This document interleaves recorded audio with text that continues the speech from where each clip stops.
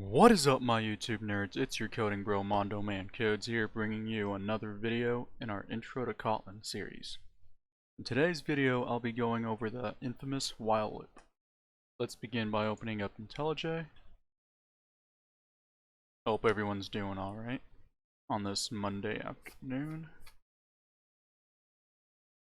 Okay, create a new project. Select Kotlin. Should populate down here as well. Hit next. Name it fourth tutorial, just to keep it with the same, standard there. Wait for all the files to be created. Let's just close that. Shouldn't do anything with what we're wanting to do right now. So we go to fourth tutorial or whatever you named it. Click on source, right click, click on new Kotlin file. Don't select class, select file, and then just name it whatever you want. I'm just gonna name it while loop. Okay. Then we have the function main. We always have to create one. It's not like our C++ series where it populates that for us. So, in Kotlin there are two versions of a while loop. There's a do while.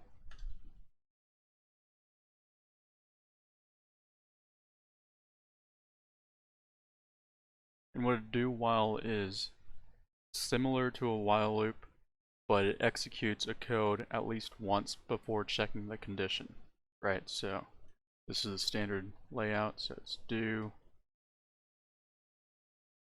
and then code to be run is in here, then our while loop is down below.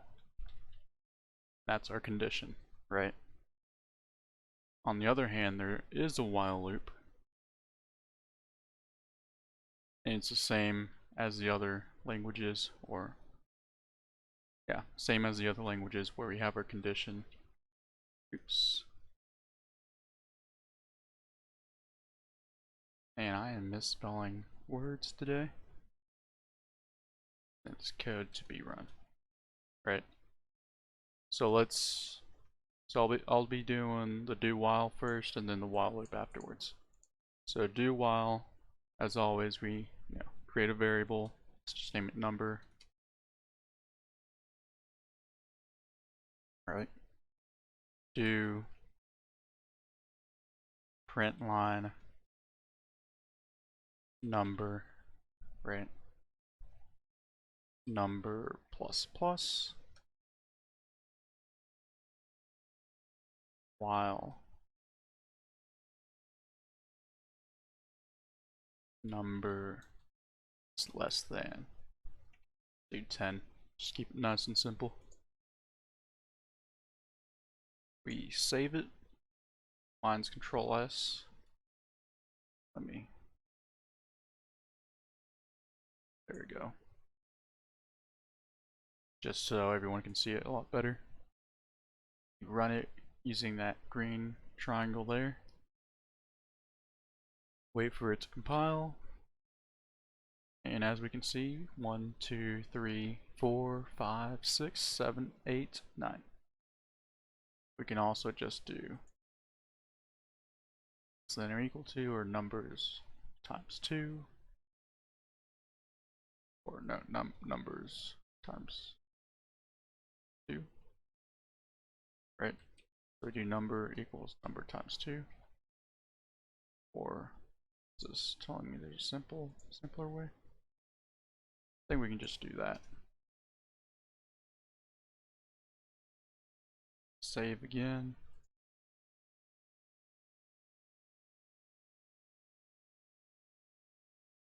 Ooh. That printed out an error. Wonder why.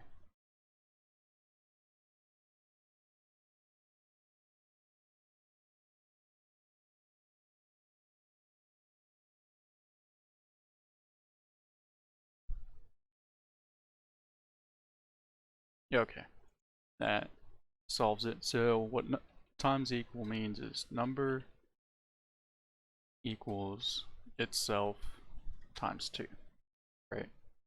So whatever you named your variable, you have variable name times equals or plus equals or minus equals, divide equals, and then whatever you want it to, add, subtract, multiply, or divide, that will do it for you.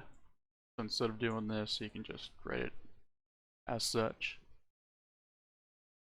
Now let's just leave that there.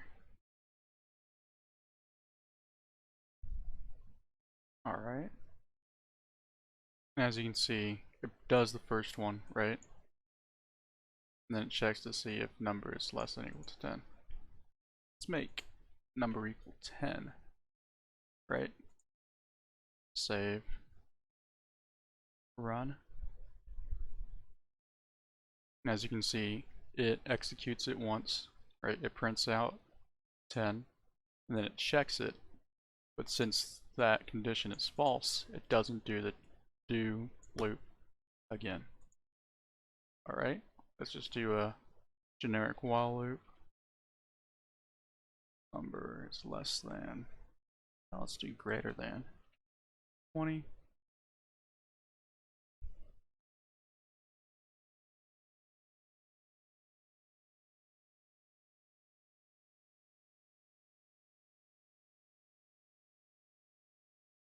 I don't think I need that.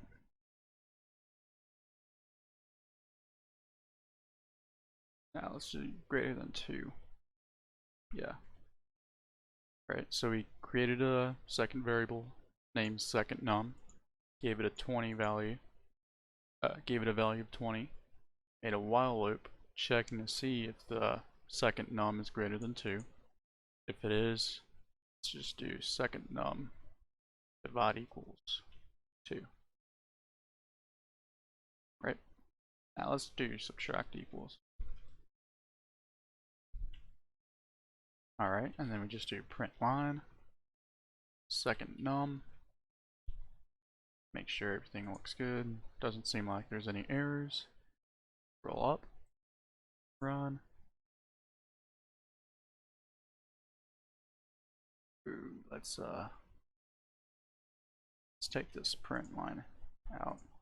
Let's comment that out real quick. Yep, and as you can see, it subtracts 20, well it subtracts 2, my bad, 18, 16, 14, 12, 10, all the way up to 2.